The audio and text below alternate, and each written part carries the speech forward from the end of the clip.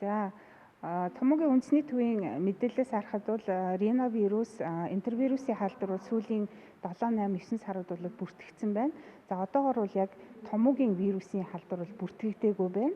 За тэгэхээр эндээс ажиллахад бол яг одоо их хүүхдийн эрүүл мэндийн үндэсний төвийн хүүхдийн зөвлөх поликлиникт хандж байгаа хүүхдүүдийг ажиглахад бол залбиур хоолой өрөвсөл, за мөн одоо дунд чихний өрөвсөл, за мөн одоо энэ гамрын хүндийн өрөвслүүд бол бас ажиглагдж байна. Энэ юутай холбоотой вэ гэхээр тухайн хүүхдүүд бол 9 сарын ихээр бас сургууль цэцэрлэг гихсэнтэй холбоотой бол бас хувцал дээр алдаа гаргасан болов уу гэж ажиглахаар, яагаад гэвэл энэ риновирус маань бол биеийн хэм 33-аас 35 хэм хүртэл буурахад идэвхжижээдэг ийм вирус байгаа. За ингээд 37 хэм хүрэхэд бол энэ вирусын өөрийнх нь идэвхжил буурж идэг учраас одоо хамрын ханиач шүүхнээ хүрсэн тохиолдолд бол халуун бүлээн зөөлөөж биеийн одоо хэмийг нэмэгдүүлэх юм зөвлөгөө өгдөг.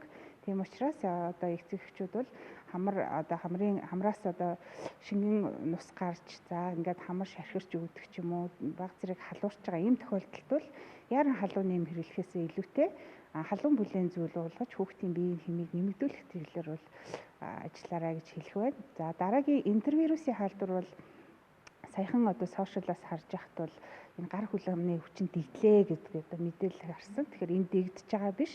Томуу төс өвчин маань бол одоо ингээд жилийн 4 улирлэлт бол ялангуяа хавар намар одоо энэ улирлын заагуудаар бол илүү их одоо бас тодорхойлогдож байдаг учраас энэ томуу төс өвчин дотор бол энтервирусын халдвар явж идэг. За тэгээ энтервирусын халдвар маань бол гар хүл амны өвчнөр бол илүү их одоо тод шинж тэмдэг байдлаар илэрдэг. За тийм учраас одоо 8 сарын сүүлээр бол хүүхдүүдийн гизээр базалж өвдөх, за мөн суулгах, бөөлжих бол шинжүүд илэрчээсэн нь бол энэ энтервирустэй холбоотой халдвар байх нэ.